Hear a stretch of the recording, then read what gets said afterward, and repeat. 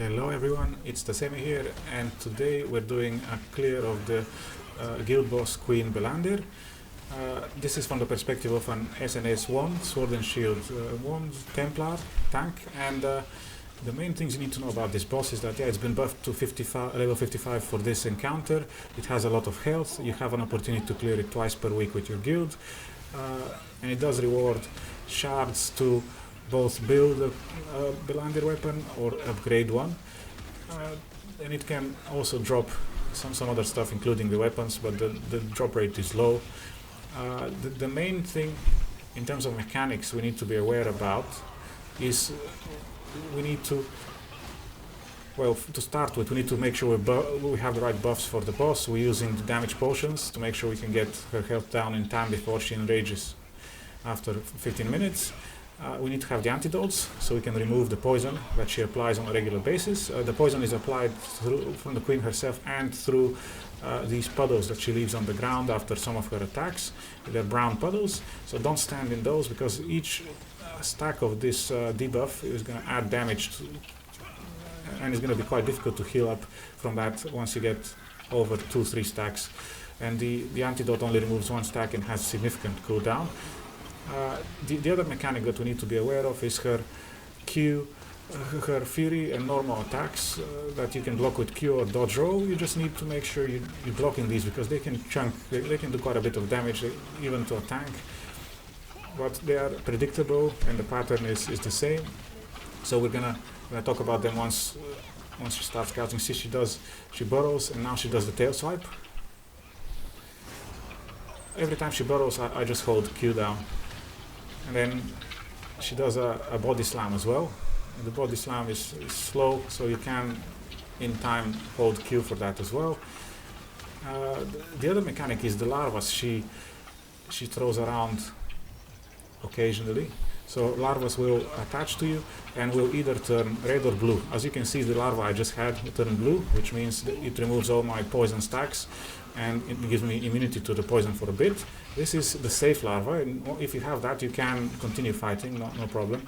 But if you have a larva that turns red, because at the start they're always yellow, but if one of them turns red, that means you will cause an explosion around you when it triggers, and that will wipe everyone that's nearby. So what you should do if you have a red larva is just run away from the boss and wait until this larva triggers, and once that's finished, you can return to the fight. As you can see, we got a few blue larvas around us, and that's no problem. The main reason we had issues with the first clear is because people were not paying attention with the larva placement. So we're doing the clear with the guild Cosang Tortuga. We're welcome to join us. We're casual, we're trying to do all the content that's available. And we always need new players in all roles, DPS, healer or tank.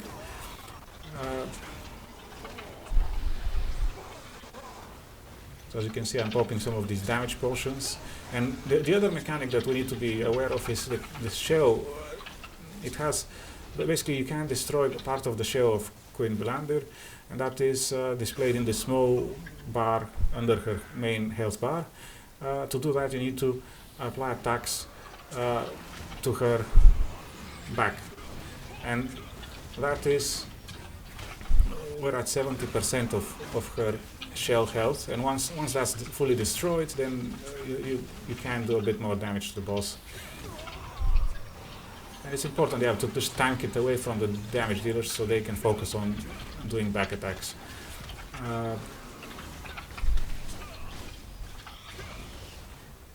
So as you can see, the tail swipe, we blocked it. And then I'm trying to do as much damage as I can here, because we have 10 deaths allowed in this raid, and the respawn location is very nearby. And this larva turned blue, so I can return to the fight immediately. So I'm relying on my SNS damage buffs, which I get from a shot at victory and strategic rush and whirling shield, and as well from piercing strike. And then the full rotation of curses. I keep the multi-target curse on, because the deep secrets won't, I think it provides more damage in basically to that curse compared to its single target version. So what I do is I just drop it, stack some of Hand of Despair, and then explode the curse, and then it's reapplied immediately afterwards.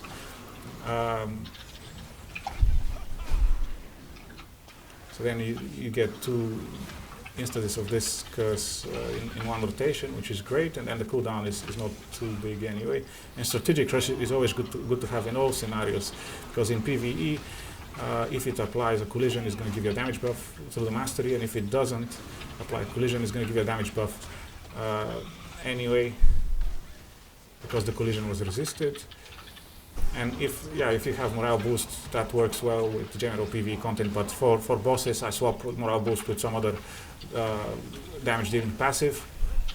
I always try to have Blessed Barrier on for situations like this when I'm stuck and I can't get out of the sandstorm, but see, Strategic Rush saved us just in time. Because as tanks it's quite difficult for us to be mobile and avoid some of these attacks.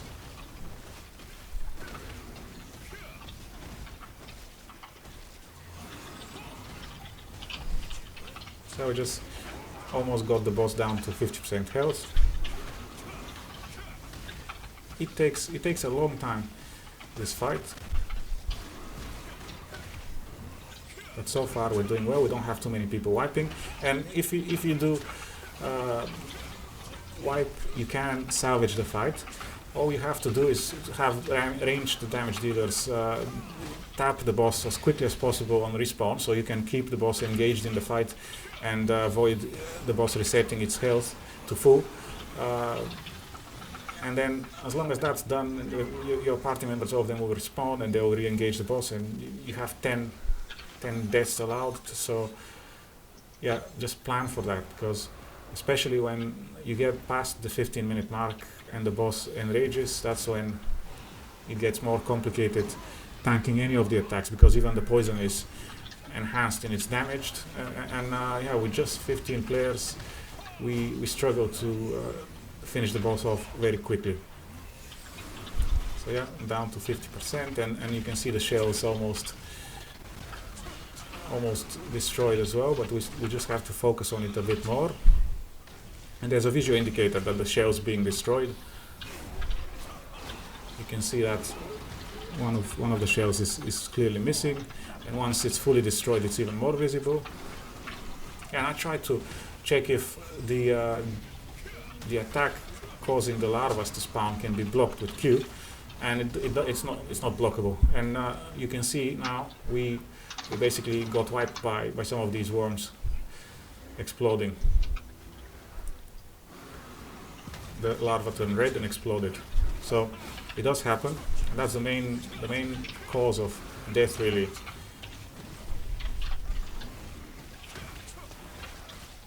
So we just continue. You can see how quickly I respond and return to the location where the boss is.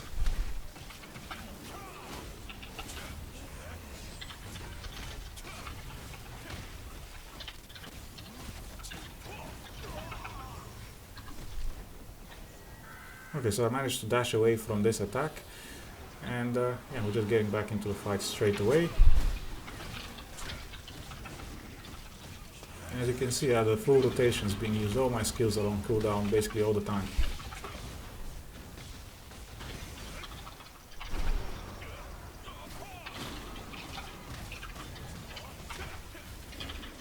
I'm trying to rotate, make sure that we destroy the shell. We got 20-something% left. And block all the tail swipes. See, there's people standing in the poison or on the edge of it.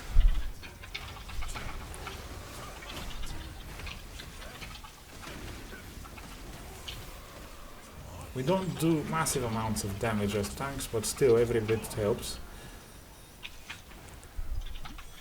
45% left. I heal myself occasionally.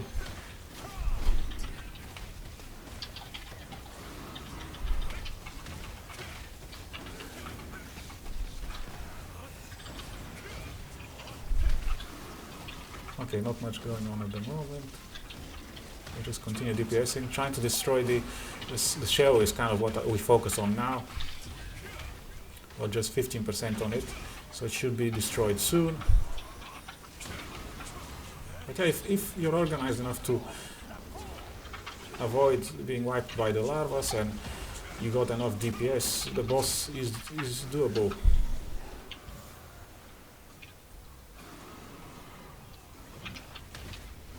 There have been attempts where we got to around 30% HP, we didn't have enough people, we didn't have enough damage, and we weren't able to finish the fight because the boss got enraged and wiped us. So that does happen. But with each attempt we got better at it. So we see we got like just 7%, and this tail swipe, it nearly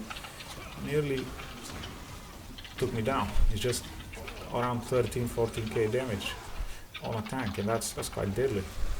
We got some people going down to the poison. Let's see, I need to use the antidote, but we just exploded. I think there's a few occasions in this fight where I make a mistake with the larvas and they just explode and take out me and a few other guild members, but that will happen at times. And of course, that's a good way to see how to handle this mechanic and what's going to happen if you don't.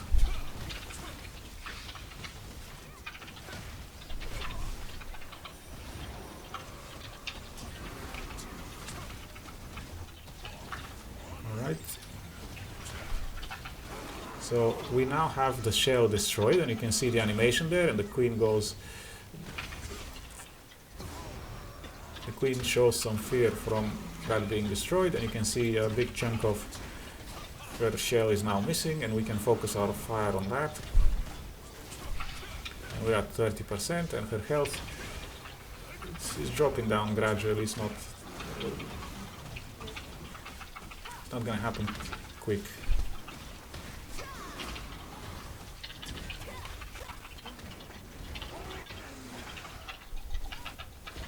So yeah, we got two larvas currently, red ones, near me. Let's see, yeah, so that wipes 3-4 people, that larva. And now we're on revival number 7. I think when we see the boss at low health, people start focusing on the health bar too much and maybe not noticing the mechanics, and that happens to me as well, as you will see later.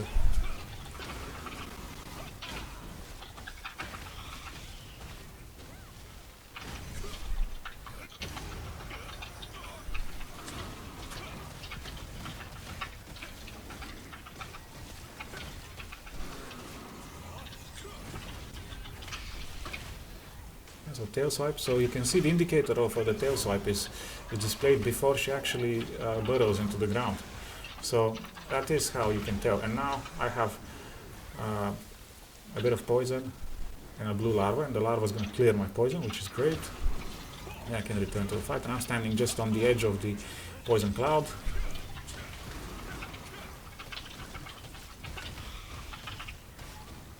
And we got another tail swipe.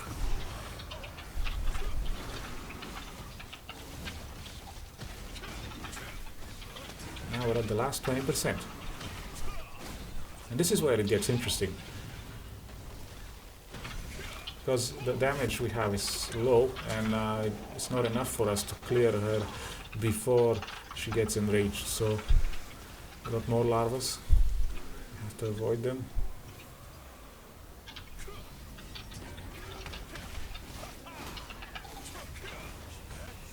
And now we're stuck in this sandstorm, and let's see if we're able to escape.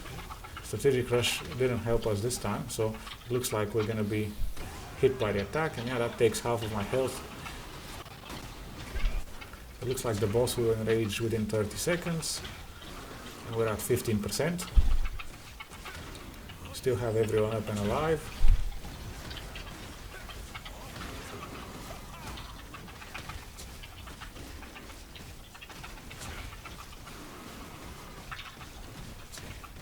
We're trying to get ready. So now the boss has enraged, and you can see one tail swipe. I blocked the first one. Sometimes she does two. The second one just floored me. I just had to respawn. But within a few seconds we're back in the fight. She's almost under 10% health now. But anything, poison, all her attacks become deadly and had the potential to one-shot even tanks. So at this stage you're just throwing people at the boss and you're trying to get the last 10% down before we run out of lives, really, because there's no way. Look, one of her swipes took out 3 people. Quite a challenge to survive that when we get into this enraged territory.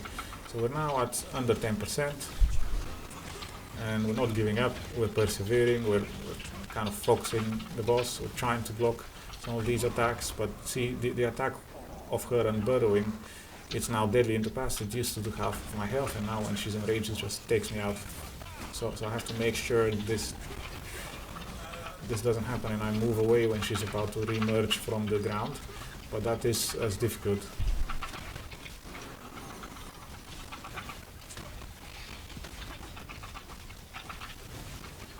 Okay, she swiped. Okay, well, the second time that attack took me down, and I have 3 or 2 more deaths left, and we're at under 5%. So let's see. So in this occasion we have a few larvas on us, and I have a red larva. Hopefully I don't. But surviving the poison is the second thing. So just getting through the larva, then poison, then I have another larva. It's just very difficult. See, now my larva exploded and took out a guild member. It's just the last several percent are quite a challenge. 3% she's at, and we're starting to run out of lives. But yeah, I'm lucky I still have a few left. So we did paste them, and what I like about the deep secret zone is you can cast the curse and you can then dash into the enemy with it already like in an area of 5 meters around you. So I have a poison that's just taking me a great deal to survive, and yeah, last life.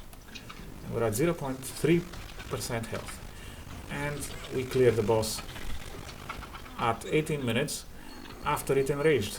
And you can see we get a few things, but no major drops, no weapons on this occasion. But if you enjoyed the video, please like, subscribe, leave me a comment and share the video.